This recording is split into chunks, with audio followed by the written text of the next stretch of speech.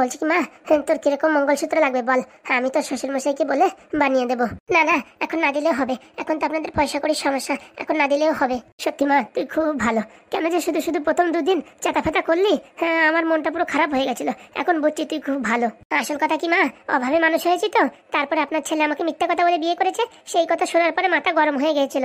আর বলিস না, ছেলেটা আমার ভালো, কিন্তু ওদের বন্ধু বান্ধবের পাল্লায় পড়ে একটু বিগড়াই গেছে। ও সব ঠিক হয়ে যাবে মা, ও নিয়ে তুমি টেনশন করো না, আমি তো আছি, সব ঠিক করে দেবো। বাড়িতে কেউ আছেন? কে বলছেন আপনি? ভিতরে আসতে পারি? আসো। আপনাকে তো ঠিক চিনতে পারলাম না। বলছি বিজয় আছে? না না, ও তো নেই, ও এমএলএর বাড়ি আছে। কোথাকার এমএলএ? এমএলএ বীরেন দত্ত। কেন ওখানে কেন গেছে? ও বাবা, এখন তো ওখানে চাকরি করে। আপনার স্বামী আমাদের কাছ থেকে টাকা নেছে, টাকা এখনো ফেরত দিচ্ছে না, আমাদের টাকার দরকার। আপনাদের কি মাথা খারাপ হয়ে গেছে নাকি যে আমার স্বামী আপনার কাছে টাকা নেবে? বলছি বাপু, তোমরা কারা? কি এসব উল্টোপাল্টা কথা বলছো? আমার ছেলে আপনাদের কাছে টাকা নেবে কিসের জন্য? বলছি কি ম্যাডাম, আমি হচ্ছে নারকেল বেগমের স্বামী, বুঝতে পেরেছেন? আপনার ছেলে আমাদের কাছ থেকে অনেক টাকা নিয়েছে। কি বললেন, নারকেল বেগম? হ্যাঁ। দেখো বাবা, তোমাদের ভুল হয়েছে, অন্য বাড়ি চলে যেতে যে আমাদের বাড়ি চলে আসছে মনে হয়। না না, আমরা ভুল বাড়ি আসিনি, আমরা ঠিক বাড়ি আসছি। ভালোভাবে বলছি, বাড়ি থেকে চলে যান, ফালতু উল্টোপাল্টা কথা বলবেন না। বিশ্বাস নয় তোমার স্বামীকে ফোন করে দেখো। আমার কাছে ফোন নেই। এইসব উল্টোপাল্টা কথা বলো নাকি? হ্যাঁ, আজকালকার যুগের মানুষের কাছে ফোন নেই কথা বললি হয়? ফোন নেই তো ঠিক আছে, আমার ফোন দিয়ে করো। আমার স্বামীর নাম্বার আমার মুখস্থ নেই। এইসব কথাবার্তা বললি যে কোনো মানুষের শরীর গরম হয়ে যায়। প্যাচর প্যাচর না করে বাড়িতে বেরোয় যাও, নাই কিন্তু ভালো হবে না। আরে বাপু, আপনারা ভুল বাড়ি আইছেন। বিজয় নামে কি আর কোনো ছেলেবেলে নাই? গ্রামে খুঁজে দেখো, কোন বিজয় না কোন বিজয়, কার বাড়ি না কার বাড়ি এসে উল্টোপাল্টা কথা বলছেন। এইসব কথা কেউ সহ্য করবে? ঠিকই বাড়ি, এবারে আমরা চিনি। তুমি বাপু কে হে ওখান থেকে আবার পুরু করছো? আমি বিজয়ের বন্ধু, আমি ঠিক বাড়ি চিনি। তুমি কোথাকার বন্ধু? তোমার তো কোনোদিন দেখিনি আমি। ওই তো বিজয় আমার সাথে ব্যবসা করতো, আমার কাছ থেকে টাকা নিয়েছে। এই দেখো, এসব উল্টোপাল্টা কথা বলবা না, বুঝতে পারিছো? আমার স্বামী এখন বাড়ি নেই, তোমরা বাড়ি থেকে যাও, যখন আসবে তখন এসো। ঠিক আছে, তোমার স্বামী আসলে বলো নারকেল বেগম দেখা করতে বলেছে। ঠিক আছে বলে ডাকবানি, চেনে কি না চেনে, কোথার থেকে এসে উড়ে এসে জুটে বসে তার বলার বাইরে। এখন ভালোভাবে বলে গেলাম, বিজয় যদি দেখা করে তো ভালো, না হলে কিন্তু আমরা এর পরের পদক্ষেপ নিতে বাধ্য হব। এই কার বুকের পাটায় ক্ষমতা আছে আমার স্বামীর গায়ে হাত দিবি? হাত দিয়ে দেখাস তো, শালা নারী নির্যাতন কেসে 17 বছর জেলে ঢুকে দেবো, দেখবি। সেসব তুমি একা পারো না, আমার বউর নাম নারকেল বেগম, এই কথাটা তোমার স্বামীকে জানিয়ে দিও, ঠিক আছে? আর কিছু বলার লাগবে না। তুমি যদি ডালে ডালে চলো, আমার বউ চলে পাতায় পাতায়, মনে রেখো। চল রে। বলছি কিন্তু ম্যাডাম তো বাড়ি এই খালি হাতে গেলে এবার বকবে, ওকে নিয়ে যেতে বলেছে যে। আরে শালা এখন বাড়ি নাই তো এখন কি করবো? বলছি কি চলো বাড়ির বাইরে গিয়ে অপেক্ষা করি, চল। কোথার থেকে ওরা উঠোগুলো চলে আসে কে জানে, কিছু বললাম না, ভাগ্যিস আমি ভালো হয়ে গেছি, নয়তো এতক্ষণ ওদের মুখে ঝাঁটাপেটা করতাম। দিয়াই উচিত ছিল 2-4টে। এরপরে যদি কখন আসে না, তখন ভালো করে দেবো। মালগুলো এখন আসে না, কি ব্যাপার? টাকার এমন কি বেশি বলে ফেলিস নাকি? তার জন্য আসছে না নাকি কে জানে? যা হবে হবে, বাদলি ছক্কা না বাদলি আউট। ওই তো দুটো ছেলে দেখা যাচ্ছে, ওরাই মনে হচ্ছে। এক কাজ করি, ধ্যানে বসে পড়ি। বিষ্টং বিষ্টং বিষ্টং দেহি। এই তো সাধু বাবা যজ্ঞে বসে আছে। সাধু বাবা, হত ছড়া, হ্যাঁ আমাকে এতক্ষণ এখানে বসিয়ে রেখেছিস, আমি এখন এত বড় একটা যজ্ঞ করতে যাবো, তোদের জন্য বসে আছি, আর তোরা আমার সঙ্গে কি খেলামো করেছিস? এরকম বলবেন না, টাকা জোগাড় করতে একটু দেরি হয়ে গেছিল। আরে সাধু বাবা টেনশন করছেন কেন? এই দেখেন সব 500 টাকার কড়কড়ে নোট এনেছি। তোরা কি ভাবিস আমার? হ্যাঁ, আমি ঘুষখোর নাকি? আমি টাকার জন্য তোদের কাছে ভিক্ষা চাইছি? আমি ওরকম টাকাকে তুচ্ছ করি, বুঝতে পেরেছিস? তাহলে ঠিক আছে, চলে যাই। সে যা, তোদের ইচ্ছা, গেলে চলে গেলে আর কোনদিন বিয়ে হবে না, মনে রাখিস। না না সাধু বাবা, হ্যাঁ আমি তো বিয়ের জন্য আপনার কাছে এসেছি, আর বিয়ে যদি না হয় তাহলে পয়সা করে দিয়ে গয়নাগাটি দিয়ে করবো কি? রাগ করবেন না সাধু বাবা, এই যে কড়কড়ে নোট। বলছি সাধু বাবা, সেই মৃত্যুঞ্জয় যজ্ঞ কোথায় হবে? মৃত্যুঞ্জয় যজ্ঞ কি এখানে হয় নাকি? মৃত্যুঞ্জয় যজ্ঞ হয় শ্মশানের উপরে রাত 12টার পরে, বুঝতে পেরেছিস? তো অত রাত্রে আমরা কি করে আসবো? তোদের আসার কোনো দরকার নেই, আমি ওখানে 10-12টা সাধু নিয়ে রাত্রেবেলা মৃত্যুঞ্জয় যজ্ঞ করবো। মৃত্যুঞ্জয় যজ্ঞ কি একার দ্বারা হয় নাকি? মৃত্যুঞ্জয়, মৃত্যুকে জয় করা যে যজ্ঞ, তারই বলে মৃত্যুঞ্জয় যজ্ঞ, বুঝতে পেরেছিস? তো বলছি কি কবে হবে? আজকে হবে, আজকে শনিবার রাত 11:50 শুরু হবে সেই মৃত্যুঞ্জয় যজ্ঞ। চারিদিকে অন্ধকার, ঝমঝম অন্ধকারে বেজে উঠেছে কঙ্কালের মাথার সঙ্গে বাড়ি, ঝুমঝুম ঝুমঝুম, তার ভিতরে শুরু হবে মৃত্যুঞ্জয় যজ্ঞ। তোর শরীরের যত বাধা বিপত্তি আছে সব ওই ভূত পেতনি দিয়ে কাটাই দেবো, বুঝতে পেরেছিস? ভূত পেতনি কাটবে? বলছি আমার আবার ভূত পেতনি ধরবে না তো? তুই যদি কোনো ফাজলামি করার চেষ্টা করিস ধরতেও পারে। কি কি কি কিরকম ফাজলামি? আমার নামে যদি তুই বদনাম করিস, আমার যদি খিস্তি খামারি করিস, সেই ভূতরা কিন্তু তোকে ছাড়বে না, তোর ঘাড় মোটকে খাবে। না না, আমি তো আপনার সবসময় ভালো বলি, আপনার নিন্দাবন্ধ কেন করবো? তাহলে কোনো সমস্যা নেই, দেখুন টাকা দে, আমি এখন জিনিসপত্র কিনে রাত্রের জন্য রওনা হবো। বন্ধু টাকা দিয়ে দে বন্ধু। বলছি সাধু বাবা, বিয়েটা কনফার্ম হবে তো? কি বলছিস? বিয়ে হবে মানে? বিয়ে হয়ে বসে রয়েছে, খালি মৃত্যুঞ্জয় যজ্ঞ হলেই পরের দিন বিয়ে। পরি আমার বিয়ে করতে রাজি হবে তো? পরি রাজি হবে? পরির গোষ্ঠীর সব লোক রাজি হবে। না না, সব লোকের দরকার নেই, খালি পরি হলেই হবে। অত লোকের আমি কি করে বিয়ে করবো? ওরে শালা পাগলা, ওদের বাড়ির লোকজন সব রাজি হবে বিয়ের জন্য। তাহলে ঠিক আছে, দে দে দে, জিনিসপত্র কিনতে হবে, লেট হয়ে গেছে এমনিতে অনেক। এই নাও ধরো। আবার ভাবিস না টাকা পয়সা সব আমি খেয়ে নেবো। এইসব টাকা পয়সা সব সাধু মানুষদের দিতে হবে, তারপরে যজ্ঞের জন্য অনেক জিনিসপত্র কিনতে হবে, সেগুলো অনেক দামি। ও নিয়ে টেনশন করবেন না, আপনার কোনো বদনাম হবে না। আপনি খালি শুধু আমার বিয়েটা করাই দেন, তারপরে দেখেন আপনারা ধন দৌলত দিয়ে পুরো ভরে দেবো। পাপিষ্ট, তুই আমার ঘুষখোর ভাবিস নাকি? হ্যাঁ না মানে ভালোবেসে দেবো সেই কথা বলছিলাম। সে ভালোবেসে দিতে পারিস, কিন্তু এই হাবিজাবি গল্প লোকের কাছে বলে বেড়াবি না, বলে দিলাম। না না, কারোর কাছে বলবো না। এই যে আমার যে টাকা দিছিস, এ কথা যদি কাউরি বলিস তোর বিয়ে কিন্তু হবে না, বলে রাখিস। না না, আমি কাউকে বলবো না। ঠিক আছে, টাকা আমি খাচ্ছি না, সব মানুষের যোগ্য করার জন্য খরচা হবে, সেটা মাথায় রাখিস। বলছি সাধু বাবা, হ্যাঁ আপনার সাথে আমার একটু দরকার ছিল, আমি কখন আসবো? তুই কালকে সকাল 10 ঘটিকায় আসবি। এখন আমি এই পুজোর কাজের জন্য ব্যস্ত, তাই এখন আমি কারোর সাথে কথা বলতে পারবো না। সকাল 10টার সময় কেন? এখন পুজোর সামগ্রী সব কিনতে যেতে হবে না?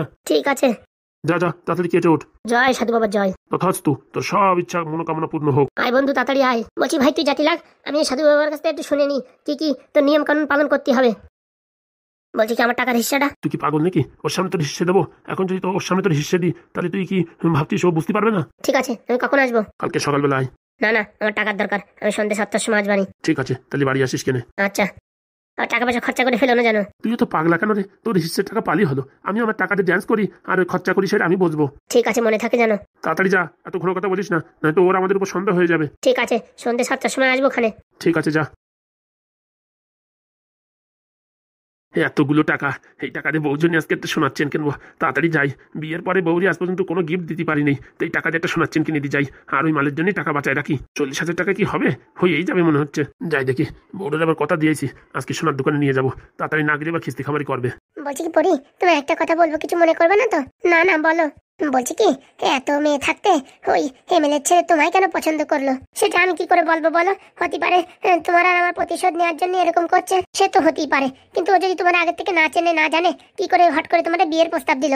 আসল কথা হচ্ছে কি, হ্যাঁ আগেও আমাদের সঙ্গে পড়াশোনা করতো, তারপরে পড়াশোনা ছেড়ে দিয়েছে। ওর বাবার অনেক পয়সা করি আছে তো, তাই ভাবে কি পড়াশোনা করে কি হবে, সারাদিন খায় দায় আর ঘুরে বেড়ায়। ও মানে আগের থেকে তোমরা দুজনে একসঙ্গে পড়াশোনা করতে, তাই তো? তখনও আমার উপরে লাইন মারতো, কিন্তু আমি ওর মোটামুটি কোনোদিন পাত্তা দিইনি। এখন হঠাৎ করে কি হুজুগি মিটেছে কে জানে, আমার পিছনে এখন উঠে পড়ে লেগেছে। বলছি কি চলো আমাদের বাড়ি চলো তাহলে। না না, তোমাদের বাড়ি গেলে লোকজন কি বলবে? মেয়ের বিয়ে হয়নি, এখনই এ বাড়ি উঠে এসে পড়েছে, এসব উল্টোপাল্টা কথা বলবে। আরে ধুস, কে কি বললো কি না বললো সে কথার গুলি মারো, চলো। না না, এইভাবে যাওয়াটা ঠিক হবে না। তাহলে এখানে বসে থাকলে যদি তোমার কিডন্যাপ করে নিয়ে যায়? না না, তুমি আছো তো, তুমি এক কাজ করো, ওদের বাড়ি গিয়ে সব কথাবার্তা বলে কেস ক্লিয়ার করে দাও। ঠিক আছে। কি হয়েছে পাদু, পরে যাবে না? স্যার পরি বলছে এইভাবে গেলে লোকজন খারাপ কথা বলবে, তার জন্য বলছে আমি বাড়ি থাকবো। কথাটা তো ঠিক বলেছে, কারণ কি আমি খেতে খেতে ভাবলাম যে পরি যে কথাটা বলছে সে কথাটা আমিও তোমার বলতাম, যে এইভাবে বিয়ে থা না হয়ে তোমাদের বাড়ি গিয়ে উঠে থাকলে লোকে উল্টোপাল্টা কথা বলবে। ঠিক আছে স্যার, তাহলে আমি দেখছি, আমি এমএলএর বাড়ি যাচ্ছি, ফেস টু ফেস কথা বলছি কি এমন ঝামেলা হয়েছে যার জন্য ও আমার পিছনে এরকম উঠে পড়ে লেগেছে। ওর বাড়ি যাবা? না গেলে হবে না তো, না হলে সবসময় আপনাদের ভয়ে ভয়ে চলতে হবে। হ্যাঁ বাবা যাক না তো, এমএলএর সঙ্গে কথা বলে আসুক, দেখুক কি বলে। ঠিক আছে তাহলে, বলছি আমার সম্পর্কে যদি কিছু বলে তখন কি বলবা? ওসব নিয়ে টেনশন করার দরকার নেই, আমি যে করেও হ্যান্ডেল করে নিচ্ছি। ঠিক আছে বাবা, এমএলএর সাথে কথা হওয়ার পর আমার একটু ফোন করে জানিও, আমার মনের ভিতর ধুকপুক ধুকপুক করছে। কিচ্ছু হবে না, আপনি টেনশন নিয়েন না। ঠিক আছে বাবা, তুমি এখন একমাত্র ভরসা। বলছি লাল ব্যাটারি কোথায়? ওই তো খাওয়া দাওয়া করছে, তুমি কড়া খেয়ে নাও বাবা। না না, আমি এখন ডাইরেক্ট এমএলএর বাড়ি যাচ্ছি। লাল লাল রান্নাঘরে আছে, দেখো বাবা। বলছি বাবা, আমি কি কোনো ভুল করেছি? না মা, তুই একদম ঠিক কাজ করেছিস। পাদু যা বলেছে সে কথায় তো আমি রাজি হয়ে গেছিলাম, কিন্তু খাতি বসে ভাবলাম যে মেয়ে এখন যদি ওই বাড়ি গিয়ে ওঠে, লোকে উল্টোপাল্টা কথা বলবে, তোর মান সম্মানও যাবে, আমার মান সম্মানও যাবে। হ্যাঁ, তারপরে অত ভয় পেলে হয়? এমএলএ কি করবে আমাদের? হ্যাঁ, ও জোর করে তো কিচ্ছু করতে পারবে না। না ঠিক বলেছিস মা, মনে একটু সাহস বাড়াতে হবে। তাই না তাই কি বাবা, আমরা তো কোনো অন্যায় করিনি, তা কিসের জন্য ভয় পাবো? যা মা, কটা খেয়ে নে। না না, আগে ওই পাদু আসুক, এমএলএর বাড়ি থেকে কি বলে, তারপরে খাওয়া দাওয়া করবো। আরে মা যাই হোক, খাওয়া দাওয়ার সঙ্গে রাগ করে থাকলে হয়? রাখ না বাবা, খাওয়ার ইচ্ছেই নেই, আসলে খিদেই লাগেনি। ঠিক আছে, তুই একটু বস, আমি দেখি তোর জন্য কটা ফল কেটে আনছি। না না, তার দরকার নেই। দরকার নেই বললে হলো? কি হবে এখন? পাদু যদি কিট্টুর সঙ্গে কথা বলে, আর কিট্টু যদি বলে যে আগে আমি কিট্টুর উপরে লাইন মারতাম, তাহলে পাদু কি আমার উপরে সন্দেহ করবে? আর কিট্টু বললেও আমি তো সে কথায় রাজি হব না, আমি বলবো মিথ্যে কথা বলিছে। কারণ কি পাদুর মনে যদি আমার নিয়ে একবার সন্দেহ ঢুকে যায় না, তারপরে আমার আর আগের মতন ভালোবাসবে না। কিচ্ছু ভালো লাগছে না, কি করবো কিছু বুঝে পাচ্ছি না। আমাকে খালি হাতে ফেরত চলে আসিস? বিজয় বাড়ি নেই তো? এসব নাটকের কথা আমার কাছে বলবি না, বুঝতে পারিস? বাড়ি নেই তো অপেক্ষা করতি, খালি হাতে আসিস কেন?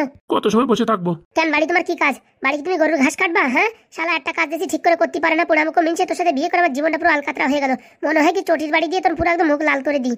আরে বউ, শুধু শুধু চেতে যাচ্ছ কেন আমার পরে? চাটবে না, তুই কাজই করিস এরকম, কোনোদিন শালা একটা ভালো কাজ করিস না, সবসময় একটা না একটা আকাজ না আকাজ করতেই থাকবি।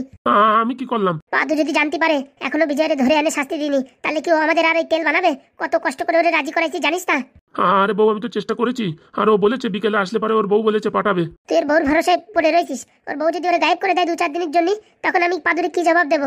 সে কথা তো ভাবিনি, ওর বউ যদি ওরা গায়েব করে দেয়। তার জন্য গুরু তোমার বলেছিলাম একটু সময় অপেক্ষা করো, তুমি বললে না বিকেলে পাঠাবে না। বলছি গিন্নি, এখন আমরা আবার যাচ্ছি। ওলা উঠো, তোরে ওলা উঠো এমনি বলি না, বুঝতে পারিস? আমার যা রাগ হয় না তার তোরে বলতে পারি না, কেবল তোর বয়স হয়ে গেছে, নাহলে ভাবতাম তোর মাথার উপরে উঠে ড্যান্স করতাম আমি। না গিন্নি, তুমি টেনশন করো না, আমি এখনই যাচ্ছি, ওরা সন্ধ্যের ভিতরে যে করে হোক নিয়ে আসছি। শোন, তোর দ্বারা যদি কাজ না হয় বলে দিস, আমি লোকজন ঠিক করে নেবো। তুই তো একটা কাপুরুষ, একটা ছেলের তাই ধরে আনতে পারিস না, আর নারকেল বেগমের বউ হয়েছিস, মানে বর হয়েছিস। বলছি গিন্নি, তুমি আমার একটা সুযোগ দাও, আমি ওর সন্ধ্যের ভিতরে ধরে আনবোই আনবো। তোর সুযোগ না দিয়ে এখন আর কি করবো?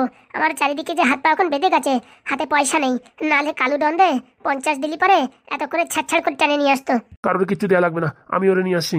মনে রাখ, সন্ধ্যে 6টা অব্দি টাইম, তার ভিতরে যদি ওরা আনতে না পারিস না, তোর কিডনি বিক্রি করে কালু গুন্ডারে দিয়ে ধরায় আনবো, মনে রাখিস। আমার নাম নারকেল বেগম, কথা দিছি পাদুরি, ওরে ধরে এনে শাস্তি দেবো তো দেবই দেবো। ঠিক আছে গিন্নি, মাত্র 2-4 ঘন্টা সময় দাও, তার ভিতরে নিয়ে আসছি। যা ওলা উঠো, যা, লড়িতে চাপা গাড়িতে চাপা। এত মানুষ মানে তুই কেন মরিস না? তুই মরলি যে আমি একা একা শান্তিতে থাকতে পারতাম। এরকম কথা বলছো কেন গিন্নি? ঘন কথা না বলে তাড়াতাড়ি যা, আর ওরে যদি না আনতে পারিস না, তুইও মনে রাখবি তোর এই বাড়ির সারা জীবনের মতন দরজা বন্ধ, মনে রাখিস। আমি ডিজে সরকার, আমি তোমার মাথায় রেখে প্রতিজ্ঞা করছি, আমি ওই বিজয়কে ধরে আনবোই আনবো। শালা, আমার মাথায় হাত রেখে প্রতিজ্ঞা আরেকবার বল, এখনই গুঁতো মেরে তোর দাঁত সামনে দুটো ফেলাই দেবো। আমার প্রতিজ্ঞা করছে, এত মানুষই থাকতে আমার প্রতিজ্ঞা। এই কম বয়সে আমার কি তুই মারতে চাস নাকি? হ্যাঁ, নিজের মাথায় হাত রেখে প্রতিজ্ঞা কর যে ওরে যদি না আনতে পারি আমি হার্ট ফেল করে মারা যাবো। চল চল, এক কাজ 2বার করতে হয় তোমার জন্য গুরু। আর ওই শালা দেখো, হ্যাঁ মনে হয় কি অফিসার, মানে আর ইন্টারভিউ দিতে যাবে, যাচ্ছে শালা 14টি, হ্যাঁ, আর কোট শুট পড়ে গেছে, লজ্জা থাকার দরকার। তাড়াতাড়ি চলো, এখন তোমার ওই সাইডে আমার উপরে খেপিছে। মনে রাখিস হারামজাদা, দুধের একটারও জায়গা নেই, আর না আনতে পারলি না তোদের দুইজনের একটা কিডনি কাটে বিক্রি করবো, সেই আশা মাথায় নিয়ে আসিস। যে করি হোক ম্যাডাম, বিকেলের ভিতরে আনবোই আনবো, কথা দিলাম। দেখ পানি, চলে কথা বাড়াই লাভ নাই, ও আবার এদিক ওদিক চলে গেলে আরেক জ্বালা। চলো। সত্যি আমি বিয়ের জন্য ভারী তাড়াহুড়ো করেছি। শালা সবকিছু এত দেখে শুনে কিনি, কিন্তু বিয়ে করার বেলায় ঘপাত করে বিয়ে করে ফেললাম। শালা এই বুড়ো ঢ্যামনার সাথে বিয়ে করে জীবনটা আলকাতরা হয়ে গেছে। একটু বুদ্ধিওয়ালা মানুষের সাথে বিয়ে করলি সারা জীবন বসে খাতি পারতাম।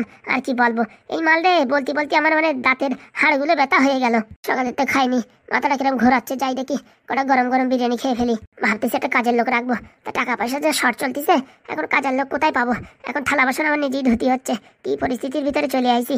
যে করে হোক পাদুরি রাজি করায় ব্যবসা দাঁড় করাতেই হবে, নাহলে 2 দিন পরে নারকেল বেগম রাস্তায় ভিক্ষে করবে।